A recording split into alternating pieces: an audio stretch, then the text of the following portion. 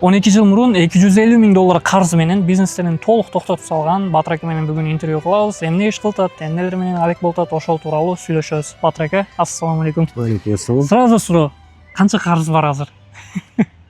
Азыркы учурда деле карыз бар. Ар бир жеке ишкердин, бизнесменде алардын күнчө чүрүттө карызы болот. Сөзсүз соода башталганда бирөөгө карыз болосуң, албетте сен дагы бирөөнү карыз кыласың. Азыркы учурда сооданын түрлөрү көп. Ошол эле соодада бартер деп коет бизде, ошол автоунаа же башка немелер менен алмашуу жолу менен болот. Ал убакта сөзсүз сен ага обязательство болуп, ага карыз болосуң. Же болбосо алар акчасын төлөй элек болсо сага карыз болот. Азыр сизде оборотто ооба насия бар, соода баягы карызга алынган товар башка бар. А бирок мындай көчөдөн башка ошол акыркы 250 миң доллардан калган карыз барбы, кичине калган же полный жаап салгансызбы? Жок, бул сооданы башташтан алдын албетте карыздарды баардыгын бир дагы калтырбастан баардык карыздар. Азыркы учурда ошо соодада сөзсүз түрдө же өндүрүүчүлөрдөн карыз болосуң, же болбосо ошо дилер өзүңө өнөктөштөрүнөн сөзсүз түрдө карыз болот. Азыр биякта эмнеге турабыз? Бул Батыр аканы Гранитея Бостон бренди. Бостон бренди тууралуу айтып берсеңиз ака. Названиясы өзү кызык. Анан эмне боюнча башталган? Азыркы учурда мен 4 жылдан ашуун ушул керамогранит кафель тармагында иштеп келатабыз. Буга чейин деле 10 жылдан ашык, 15 жылда тармагында иштеп келебиз. 4 жылдан бери ушул керамогранит менен. Эмне себептен акыркы учурда керамогранит Бостон деп өзгөртүрдүк? Эмне Бостон тууралуу айтып бериңби, адамдарга кызык болот. Биринчи очередь мурда Гранитея деп баштаган болсок, азыркы кичүү жана орто бизнестеги конкуренттерге туруштук берүүнүн бир гана жолу бул private label деп коет. Себеби сен саткан товарды башкалар дагы сата турган болсо, бул жерде конкуренцияда бизде билесиздер, баа менен конкурировать этилет бири менен. Баа түшүп кеткенден кийин силерден эмнеге арзан же кымбат же аларда арзан деген салыштырмалуу баягындай болуп калат. Ошондуктан биринчи очередь бул private label деп коебуз. Ошо конкуренцияга туруштук берүү үчүн өз жеке брендибизди өзгөртөлү деп чечкенбиз. Экинчи аталышына келе турган болсок, бул Бостон деген сөз түрк жана бул фарси тилдеринен которгондо жоктон бар кылууну билдирет. Өзбектөрдө багуу Бостон деп коет. Багуу Бостон болот. Чөлдү мындайча айтканда рай кыла турган, ошого теңей турган превратим пустыню цветущий сад деген. Анан бунун эки түрү бар. Экинчи түрү аны көпчүлүк түшүнгөн болсо керек, ол билсеңер комментарийга жазып койгула. Батыр ака, ушунча банкроттон кийин ошол карыздарды төлөгөндөн кийин неге именно керамогранит, неге именно ушул направление? Биринчи себеби бул өзүм ушул тармакта, курулуш тармакта жүргөндүн бирден бир себеби. Курулуш тармакта иштеген адамдардын көпчүлүгүн тааныганын себеби болгон. Экинчиси, ошол курулуш тармактарынын ичинен именно эмне себептен керамогранитти тандап баштадыңыз деген суроого, бул керамогранит тармагында биринчи очередте нолдон баштаган үчүн менде акча первоначальный капитал деп коебуз. Баштапкы акчабыз жок болгонуна байланыштуу ушуну тандаганбыз. Себеби поставщиктерден биз бир гана витринный вариант деп коебуз, мындай көргөзмөгө алып келип биринчи койгонбуз. Биздин өзүбүздө кампабызда, складыбызда акча то есть запас турган эмес. Заказ менен иштеп, заказ менен иштеш биз үчүн оңой болгон. Ошондуктан биринчи поставщиктерден керамограниттин түрлөрүн алып келип, ага заказды алып, анан поставщиктерден алып келип. Сразу ключевой момент. Бул жерде эки нерсени мен түшүндүм. Биринчиси, сизде сатып ала турган клиенттер контакты болгон. Сиз сүйлөшүп жүргөнсүз, алар менен мамилеңиз болгон, дискуссия кылып жүргөнсүз, башкалаңыз. Бул биринчи маселе. Экинчиси, сиз бир нерсе сураганда, ошол витрина кылам башка дегенде сизге доверие кылган адамдар. Это получается тоже связи. Бул эми биринчи очередте коммуникация. Коммуникация. Ну, получается, азыркы состояние биринчи сизге жардам бергени бул коммуникация болуп калабы? Эң туура, ушул жерде бир нерсени айтып коеюн. Бизнес башташ үчүн биринчи очередте көпчүлүк айтат, бизнес башташ үчүн акча керек депчи. Мен ушул бул бизнести баштаганда деле нолдон баштаган бизнес деп коебуз. Себеби бизнес башташ үчүн биринчи акчадан мурда биринчи коммуникация керек да. Таныш билиш керек. көпчүлүк ошол маселеде кыйналат да, тааныш билиште эле оозунан оозу болуп калбашы, именно тааныш билиш менен сүйлөшкөндө башка да сени аларга айта турган сөзүң болуш керек экени. Вот мен Instagram аркылуу ошол личный брендти жүрүтүп, медианы жакшы караганымды результаттарынын бири азыркы күндө ушул жерде сиз менен сүйлөшүп турабыз. Эртең мен мисалы үчүн керамогранит тууралуу бир маселе болуп калса, мен билем да кимге чыгыш керек экенин. Вот жаштарда азыр абсолютно акчасы жок же болбосо эми өсүп келе аткан адамдарда кылышы мүмкүн болгон эң туура чечимдерден бири бул медианы башташы деп көп акыркы момент ошол тууралуу сөздөр болуп атат. Сизди мындай немеңиз бизнеста ушул иштерде же личностьта медианы бир орну барбы? Сизди ишиңизге ошол медианы таасири болгонбу, кылгансызбы? Сиз Инстаграмды иштетип баштадыңыз жакында. Эми аракет кылып атабыз биринчи.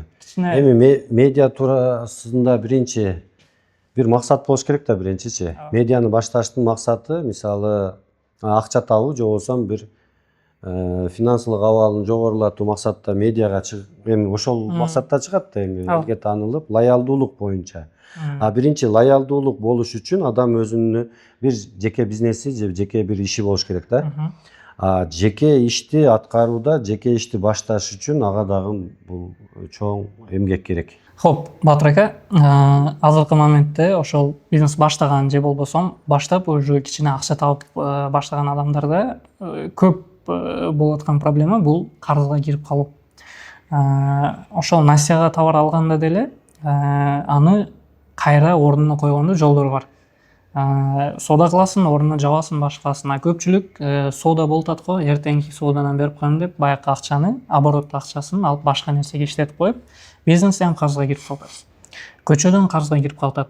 Өзүнүн бизнеси эми жүрүп аткан маалда бизнестин акчасын алып, башка бизнеске дагы бир досу кызыктырат, кызык мындай нерселер пайда болуп калат. Баягы казинолорго кирип алат бирөөлөр өзү түшүнбөй, мисалы үчүн мен деле адашып, ошондой акчамды башка нерсеге тигип алып, нормальный минус болуп калдым.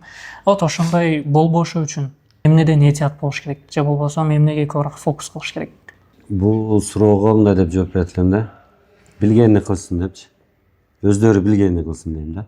Себеби ал убакта бирөө ага совет айтса, баары бир өзүнүн билгенин кылат экен да. Өзүнүн билгенин кылып, ошону туура эмес кылганын өзү түшүнгөндөн кийин, анан кийин өзү сезет да. Бирөө айтса, менин өзүм башымдан өткөн ушул каталарды, мен кылган каталарды кылба деп мага көпчүлүк айткан. Мен өзүм билемдик менен, биринчиден өзүм билемдик менен ал нерседен башым өткөн, андан кийин билип атам. Эми ошон үчүн айтып кете турган нерсе, эми карыз баардыгы эле жана айткандай эле баардык ишкерлерде болот. Себеби иш баштагандан кийин бирөөдөн карыз аласың, жана бирөөгө карызга берген шарттар өтө көп болот. Ошол убакта анализ кылыш керек. Эми бизнестин тилинде жанагы дебют кредит деп коебуз го. Анан ошону ар дайым анализ кылып туруш керек да. Сага келген товардан эч качан аны аркасыга сатпаш керек. Ошондо положительный сальдо болбой калат. Минуска кетесиң сөзсүз. Экинчи, өзүң айткандай эле жанагы ошол эле акчаны башка нерсеге иштетип берген. Ал туура эмес. Анан кийин уже бирөөдөн карызсың да сен, себеби положительный тең турганда деле сенин карызда турганыңда, эмне деп коет, баягы оюңда карызмын деген көп эме болуп кетет да. Ошого берилбеш керек. Себеби мышление должника деп коет. Анын суроогу келип калганда, бирөөгө карызыңы бериш керек убакта, сага ал адам бербесе, сен андан суранышың керек. Шундай болду, туруп тур, кичине күтүп тур деп сураныш керек. Аны ага жакшы көрүнөм деп туруп бирөөдөн карыз алып берип койбош керек да. Орусчада айтылат: ни в коем случае не надо закрывать долги, брав у кого-то. Ты уже испортил отношения с одним человеком, не надо портить с другим дейт да. Ага эгерде bundan алып буга берсең, буга дагы беришиңе туура келип калат. Анан бул дагы берки карызың дагы убагында, ундан 2 күн же 3 күндө алсаң, бул карызың бере албай калса, буга дагы жаман көрөсүң. Уже эки адамга жаман көрүнүп атасың да. Себеби ага сурагыча бул адамдын суроогу өтүп атат. Ошондуктан бул мышление должника деп коет. Бул карызга да бул эч кимден сага карыз болбой калышы мүмкүн, бирөөдөн карыз болуп калышы мүмкүн. Ошол убакта деле ошол методду колдош керек, ага түшүндүрүп, ал менен связьды үзбөстөн, телефон эми азыркы учурда телефон чалганда албай койгон, бул уже связь бузулган, мамиленин бузулгандыгы да. Андай кылбастан, наоборот, сен чалып турушуң керек, ушуну түшүндүрүпчү. Анан бул убакта эми жанагы немеде Дебасир деген каарман бар. Вавилондун эң бай адамы деген китепте ошол карызга батып кеткен бир Дебасир деген каарман бар. Ошонун окуясы ошол карызга баткандарга аябай чоң сабак болот. Ошол китепти окушту. Ошондо ошол именно Дебасирдин окуясы карыз төлөөгө өтө чоң жардам берет. Дагы бир маселе ака, мына ишканаңызда отурабыз. Сизде канча адам иштейт ака, общий сотрудниктериз? Менде азыр общий көпчүлүк эмес, башкасы бардыгы 12 адам. 12 адам. 12 адам иштейт. Сотрудник маселесинде бизнесте эми баштаган адамдарда, естественно, определенный уровеньден кийин чоңойгонду, расширенияны каалайт дагы, сотрудниктерди ишке алып баштайт. Вот ошол сотрудниктерди азыр эми айтпасам деле сиз түшүндүңүз, проблемалары бар. Сөзүңүздү түшүнбөйт, квалификациясы жетпейт. Же болбосо кээ бирки моменттерде алар мындай типичный нерселерди түшүнбөгөн адамдар болуп калышы мүмкүн да. И кээ бирки случайлар болот, алар будто өзүн акча керекмес адамдай тутуп калат. Будто бар жок бар, ишке кааласам келем же кааласам келбейм дегенде. Вот ошондой кандай сизде проблемалар болгон, анан кандай сотрудниктерди ишке алганды сиз каалайт элеңиз? Эми бардык ишкерлер жакшы сотрудник, жакшы ишчи каалайт, менеджер каалайт, бирок андай адамдарды табыш кыйын. Бул бардыгында дагы ушундай проблема. Азыр деп коет, кадр маселеси өтө кыйын. Бардык ишканаларда ушул проблема бар. Бул проблемадан эч качан эч ким чыга албайт. Буга чейин дагы болуп келген. Ундан кийин дагы болот. Идеальный бир фирма боло албайт. Эми да үйрөтөбүз деп атат, кайзен система же башка системаларды үйрөтөбүз деп атат. Ал системаны дагы өзү бизге туура келе турган эмелерин алабыз да, өзү маалыматтарыны өзүбүзгө ылайыгын алабыз. Ошондуктан эмне кылыш керек? Азыр сен берген айлыкка иштей турган адам өзү кадр аз. Ал сен берген 50 000, орточо эсепте 50 000 айлыкка орусча айтканда некомпетентный сотрудники келет. Аны эмне кылыш керек? Ал иштетип аттыңбы, биринчиден ага үйрөтүшүң керек, өзүң үйрөтүшүң керек. Анан бир аз аларды ката кылганга уруксат бериш керек. Ката кылганга дагы бир аз уруксат. Ката кылбасын деп эле өзүң кыла берген болбойт. Өзүң дагы ошону делегировать эт, бир эки нерселерди. Пусть ката кылса дагы азыраак кылсын, кылып көрсүн да. Ошентип үйрөтүш керек. Экинчи маселе, ал көбүнчө сотрудниктер ушул нерсени үйрөнгөндөн кийин албетте өз алдынча бизнес ачып чыгып кеткенге аракет кылат. Аны дагы биз токтото албайбыз. Нормально караш керек. Да. Ар кимдин мага кандай караш керек? Ар кимдин өзүнүн кандай десем, насип деп коет го бизде. Өзүнүн рызкысы болот. Ошо. Анан бизнестерди өнүгүшү болобу же личностти өнүгүшү болобу, ошодо круг, чөйрө, ошонун таасири канча? Кээ бирки адамдардан угуп калам да, ар бир адамда өзүнүн башы бар. Мен бир нерсени айтсам же бир жаман нерсе кылсам, ал мен досума же жанындагыларга таасир кылбайт. Аларда өзүнүн башы бар, өзү чечет, өзү кылат.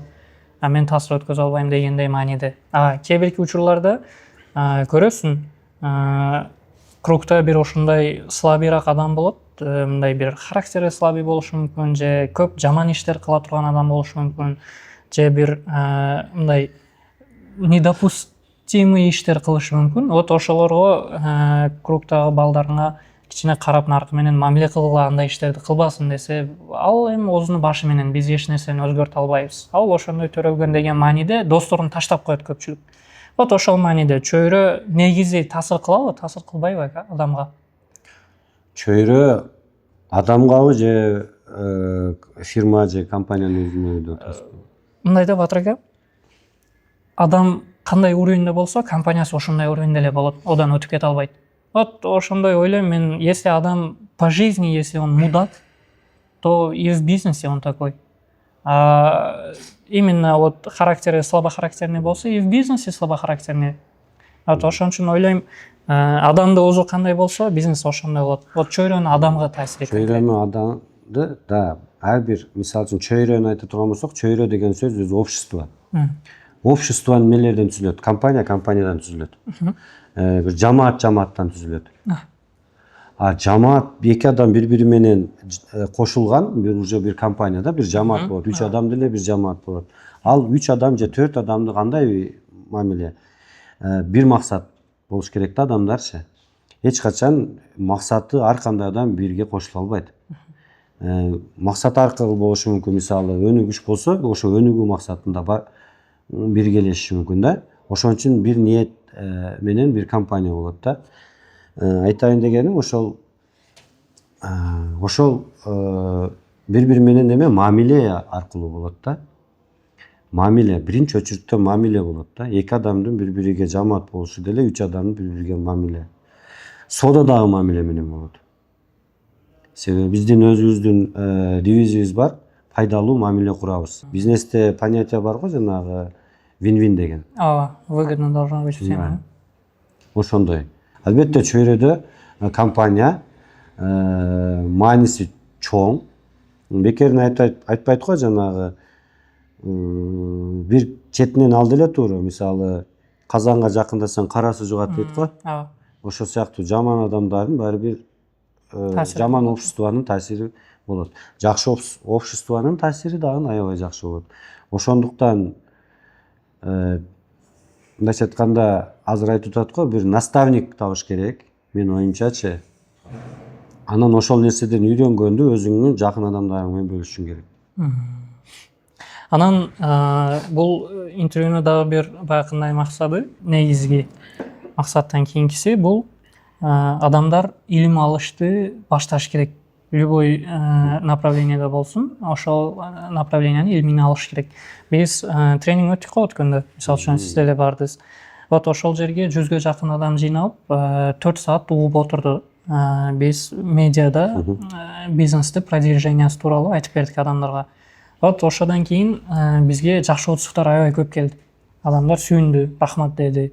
Вот көпчүлүк бирок айтыптыр. Ал баладан нени үйрөндүңөр, нени мындай кылып коюптур, не ал миллионер беле же башка беле деген мааниде адамдардан ошондой отзыв деле болуптур да. Вот ошол илим алуу тууралуу, тренингдер тууралуу, сабактар тууралуу, курстар тууралуу сиз оюңуз кандай экен? Курстар тууралуу курстарга барыш керек, мен барбагыла деп эч кимди айта албайм. Себеби ал жерден бир сөз болсо дагы, бир өзүнө керектүү бир нерсе болсо дагы өзүнө ала алат деп ойлойбуз да.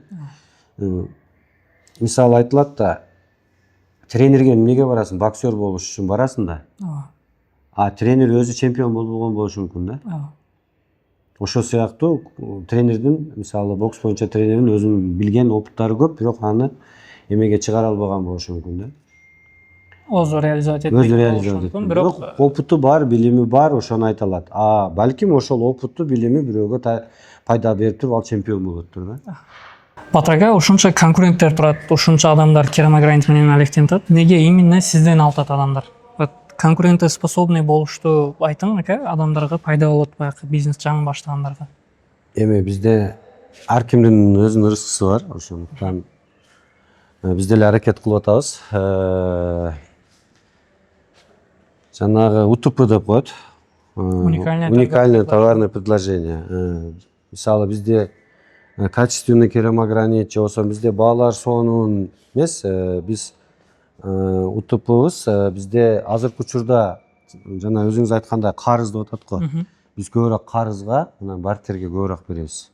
Менин оюмча, азыркы учурдун талабы ушундай болгондугуна байланыштуу бизден көбүрөөк алса керек. Получается, дом куруп аткандар, даже үй салып аткан адам керамогранит алам десе, бир конкретный бар нерсесин, имуществосын алып келип алмаштырса болот.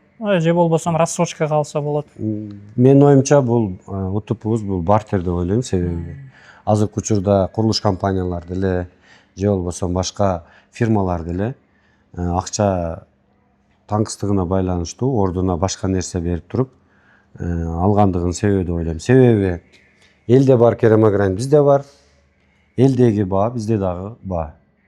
Анан экинчи маселе бул мамиле болсо керек. Биз эч ким менен али урушуп элекпиз, да, эч кандай ортобузда конфликт боло элек.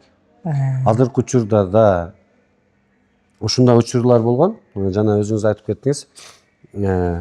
Биз мындай госзакупка болуп атат.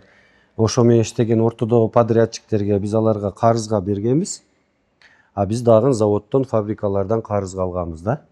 Азыркы учурда даже ушундай күндөр болгон. Биз алардан акчаны до сих пор азыркы учурга чейин ала элекпиз. А бирок биздин өзүбүздүн обязательствобуз завод же фабрикалардын алдында мамилебиз өлбөстүгү үчүн ушундай учурлар болгон. Мен өзүм жашап аткан үйүмдү сатып карыздарды берген күндөр болду. Бул жакын күндөрдө болду, ооба.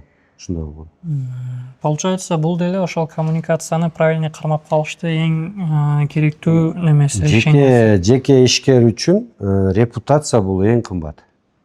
Репутацияны бузуп алсаң, бирөө менен жаман аттык болуп калсаң, бизнес токтоду деген сөз. Албетте кыйын учурлар болот. Сиз суроо бергенде жанагы жаап салгың келеби деген вопростор болот да.